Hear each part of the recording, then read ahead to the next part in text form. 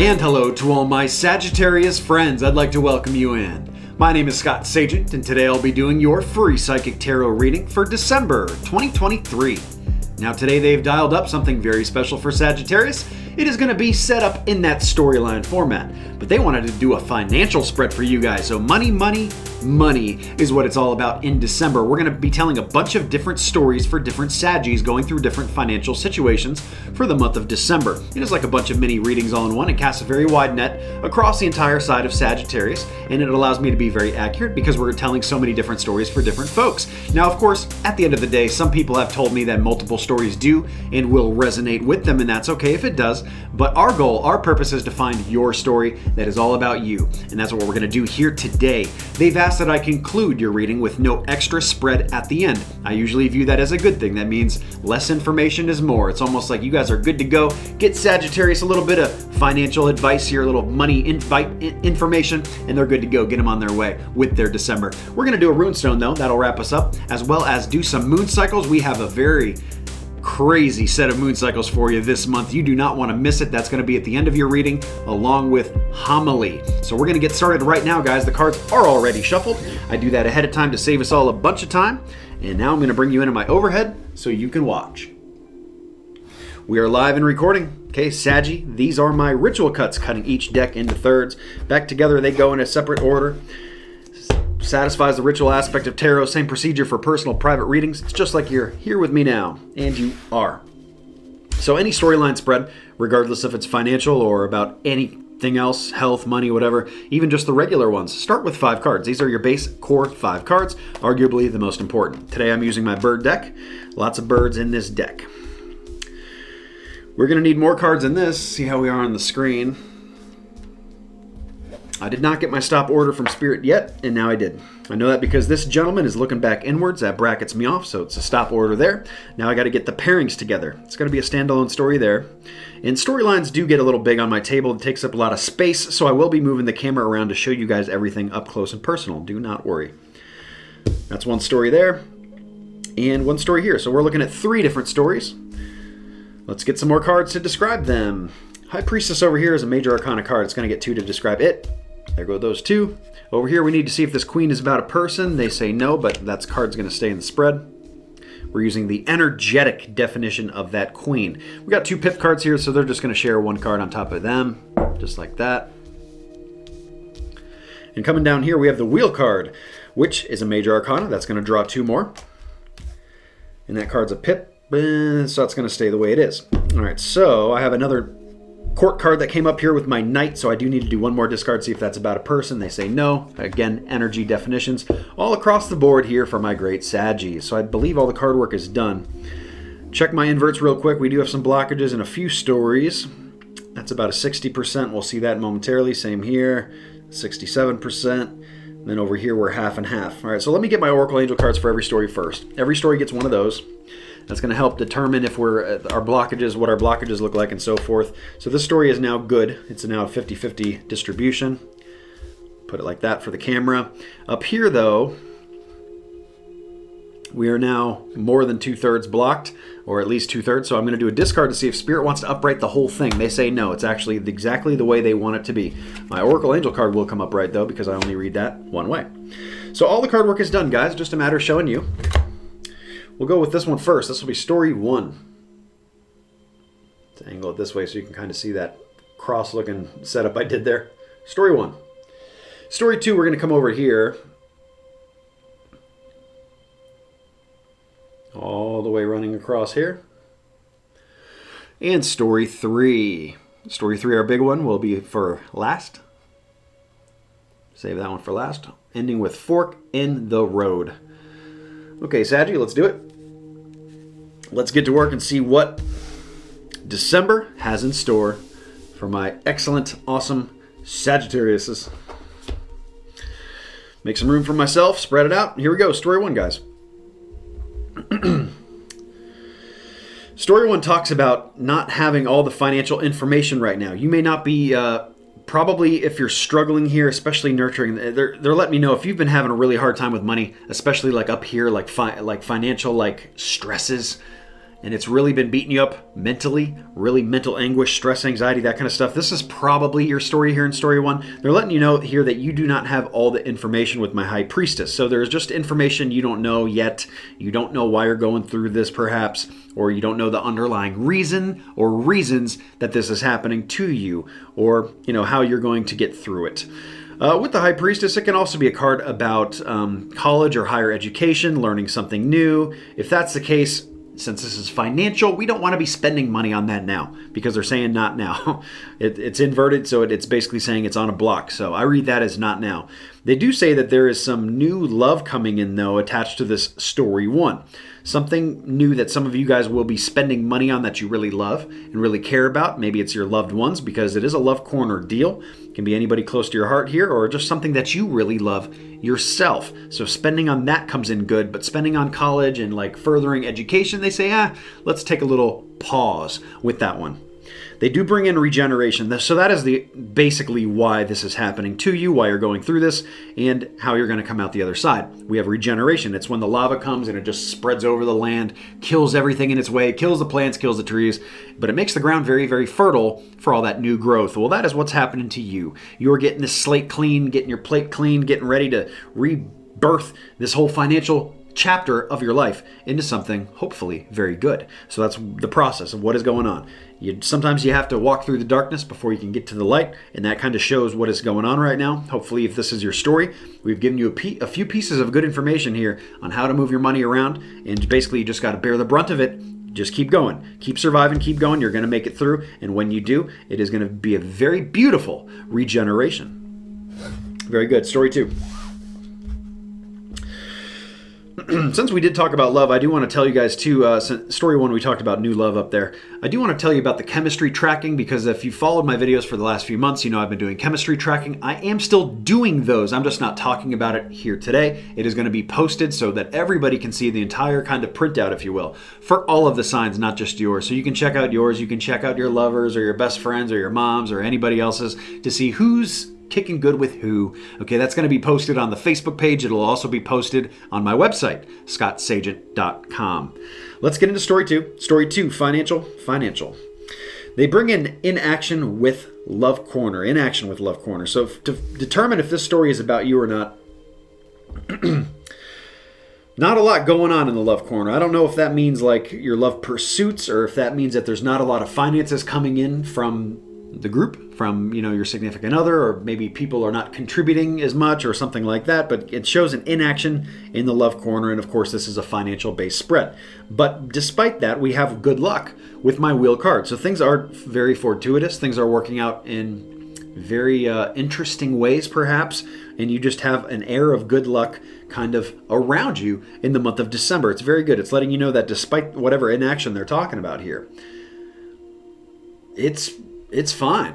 Everything's checking in just fine right behind that. Now, maybe this is also an inaction on spending money towards something with the family, or kind of like being a little cautious about it. Maybe now is not the time to do it. Like, let's say you're planning on buying a new family car in the month of December. Maybe your spirit is saying, you know what, let's wait it a couple months. Let's wait it out.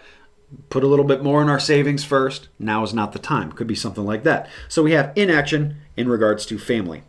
But we have good luck, and we also have completion. So there is a lot of things getting done here for Sagittarius. There's a lot of boxes getting checked in the month of December. A lot of planning, coming to full fruition. Maybe goals being checked off, that kind of thing. Looking very good. They show easy work is what comes next, which is nice to see. I mean, it's when you don't have to really work that hard for the money that comes in. It just kind of starts coming. And it's going to happen quick, more than likely, because they show change in the wind. So if this is your story, they're letting you know that this comes in like a hurricane. So if you've been, for example, struggling but still having good luck and things just keep working out for you, it's letting you know that things are going to change very quickly. And more than likely, this is in a good way, because I have good luck and I have easy work. So this is not hard task. This is not like blue collar, like really rough it out and really work hard for your money. That is not what they're showing here, not at all. But it does come in very, very quickly, like hurricane force. So very quick, change in the wind. Let's go to story 3, guys. Story 3 is your big one.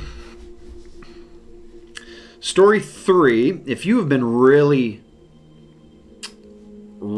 really working hard in the work corner regarding your finances, and almost like, you're just trying to squeeze every little drop of juice out of this work corner that you possibly can. This could very well be your story here. They show it as my Queen of Wands, which indicates the work corner and nurturing. So if you've been doing that, they show you've been doing a good job, but this deck that they wanted me to use for you comes with a little bit of a caveat, a little bit of a small print, a little bit of a disclaimer here by saying in the picture, it's very direct. It shows a woman kind of trying to sew back together a crow, like this is my bird deck, so that's why we're talking about crows. She's trying to sew back together this crow who has drowned, and of course that's not going to work. You can't put certain things back together. So what Spirit is trying to do here is remind you not to be too much of a fixer, not to be too much of a rescuer, especially as it comes to work. Don't overwhelm yourself with too much of it. Don't try to fix things past the point that they are broken, because you can only put the paddle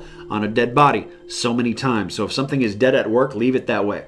Don't keep trying to fix, okay? Besides that, you guys are coming in good. And they show next here the card of theft, loss, or deceit. But this is almost showing it's inverted. So it's saying here that you're like letting them steal it from you. It's just like you're giving it away. Maybe it's your time. Maybe it's not actually money. Maybe some of you are doing way too much donating, helping out the homeless guy on the corner, donating towards, the Alzheimer's fund and doing this and that, and like, the kids at school, the fundraisers, and like, hey, it's just like giving too freely here. Maybe a little bit too much, because giving is good, but too much of anything is not good. You don't want to give away everything, then you got nothing left, right? So anyway, this could very well be energetic, not actually giving away money, but like if you're giving your work too much time, they're not appreciating you, they're not paying you what you're worth, that kind of thing, don't give it away, okay? Don't steal from yourself. The next thing we show here, story 3, is a card about kind of not really caring much about it, kind of letting it go. So I don't know because that doesn't really explain what happens in there. So it almost, because we started by, it looks like somebody who cares too much. So here, I think that Spirit's trying to say you just got to if you're going to stick with this, if you're going to keep doing this job, which makes the money, where this is a financial spread, usually comes from the job, the workplace, you're going to have to withdraw. Okay, it doesn't mean quit necessarily. For some of you, it would probably be better if you did, or find different revenue streams or something like that. But they basically are saying you got to just stop caring. Stop caring so much you're putting way too much into it. You're not getting anything out of it.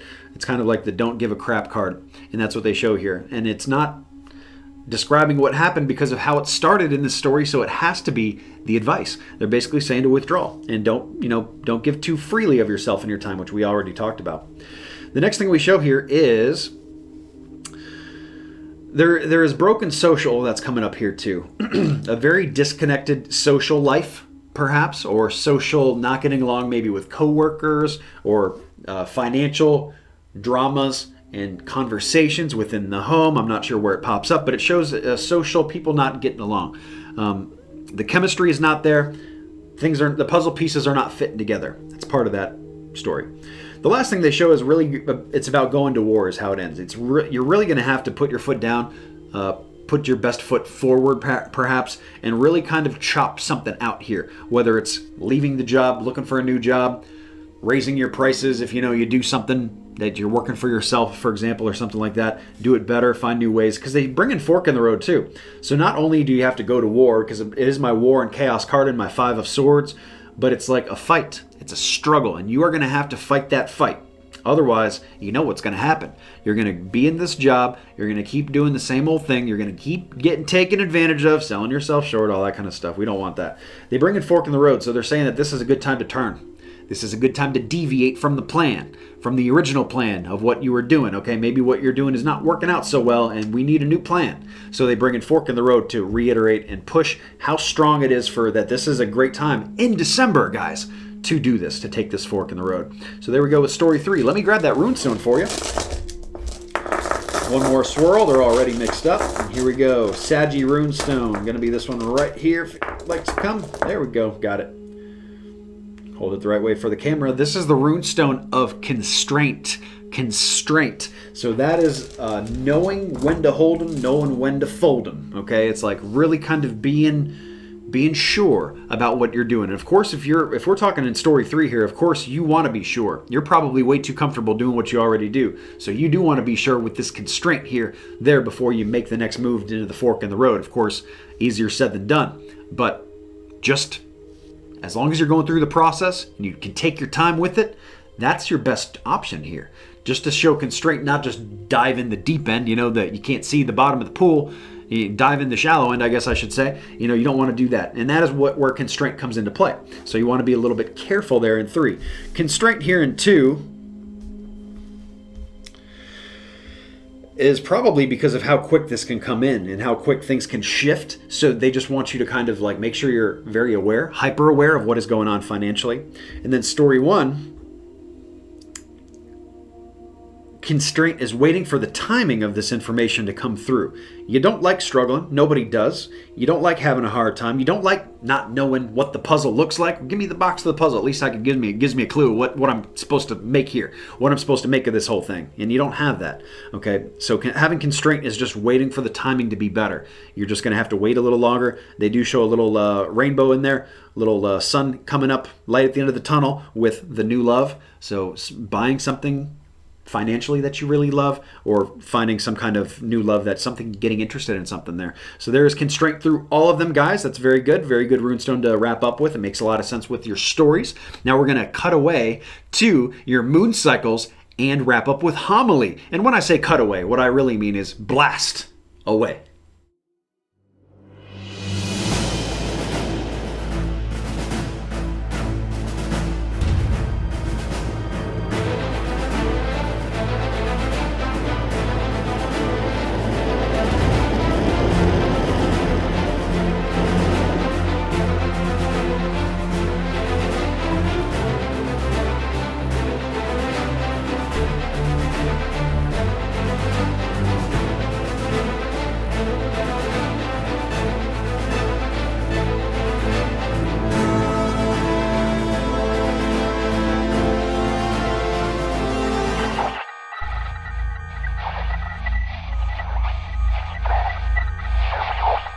Okay guys, it is moon cycle forecast time, and I figure what better place, what better environment to bring you the moon cycles than the lunar surface herself. So let's talk about some December, because oxygen is running low and I gotta get back to Earth so I can give you guys your homily. But first, let's talk about some December moons, shall we? The first thing that comes in December is the new moon. The new moon is the best time to attract new things and bring new things into your life. This happens on December 12th. Doesn't mean you have to do these things on December 12th, but earlier in the month is much better than later for bringing in new things. So whether it's something new with health, some new financial plan for the new year perhaps, maybe something new with love if you're trying to find some new love, earlier part of December is the best time to do this, guys. Something new with work, also early December, guys. The universe doesn't care what you use it for, but these lunar energies are already all around us, so why not use them to your benefit? I put together a moon cycle cheat sheet that you guys can check out on my website. It's free every single month, and that is a little graphic illustration to show you how these moon cycles move in and out. But before I let you go, let's talk about that full moon, because the full moon comes in the day after Christmas, December 26th. So the end of the month is the best time to get stuff out of your life, guys, whether it's baggage, projects you need to get wrapped up and finished, maybe something you gotta sell, something you gotta get wrapped up, something toxic you gotta get out of your life, maybe a person, maybe a bad habit. The end of the month is the best target date for these things. And again, the moon cycle cheat sheet is parked on scottsagent.com if you'd like to see a graphic illustration of this. But let's get back to Earth and deliver you your homily.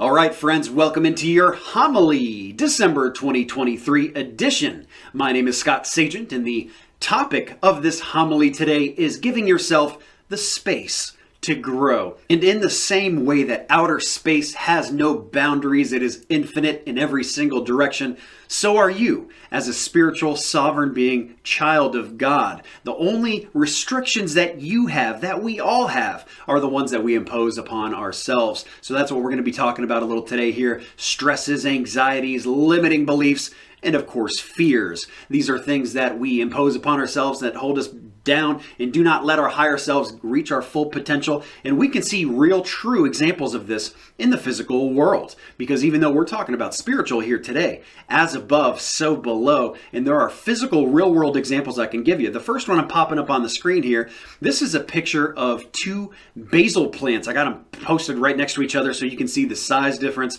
the growth difference. These, I grew these from seeds, first of all, in my office, so they do not look like the basil plants that you probably see at your store, but that's okay. But for the sake of this video, you'll understand the difference here because these seeds started at the exact same time. The only difference between them is the fact that one is in a larger pot than the other. One is in a smaller, more constrictive pot. And you can see the massive growth difference between the two. No other factors have changed except for that. But let's also talk about something that's called a plecostomus. This is an aquarium fish. It is part of the sucker catfish family. And these fish, like many wonderful animals, have the ability to adapt to their environment in a large way. These plecostomuses, these plecos, they can actually adapt their size to the tank size that is surrounding them, basically their environment. They're adapting to their environment. And this comes as probably a survival mechanism if you think about it, because if they get splashed into a puddle and they can't get back to the main hub of their lake, of their pond, well, now they're forced to grow up in this little constricted area. So of course there would be little benefit to growing to be the entire size of this puddle or their new tank. Of course, that would be very detrimental to their health. They would not make it. They would be too big for their environment, right? So they have an ability to adapt their size and slow down their growth rate to the size of the tank. So what happens? This is my question for you. What happens if you remove these constrictions and restrictions on yourself? So for example, choose the thing that holds you down the most, that restricts you the most from the person you're trying to be and the places you're trying to go in life. Imagine how that would feel and how much better your life would be if that was out of the way. Imagine if that was solved. How much better and how much better of a trajectory you would be on as a person. You would feel fantastic,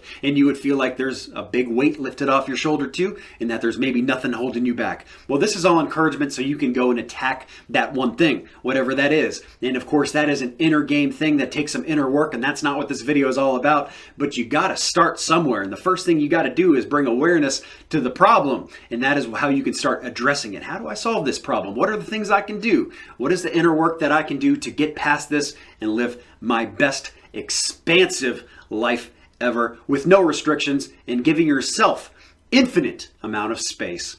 So I encourage you all to look at that one thing. And if you're very motivated, maybe look at a few things in your life that apply to this set of circumstances so that you can bring awareness to it and you can solve this inner work yourself and you can get these restrictions out of your way, because of course, none of us are ever going to win a race that we don't start.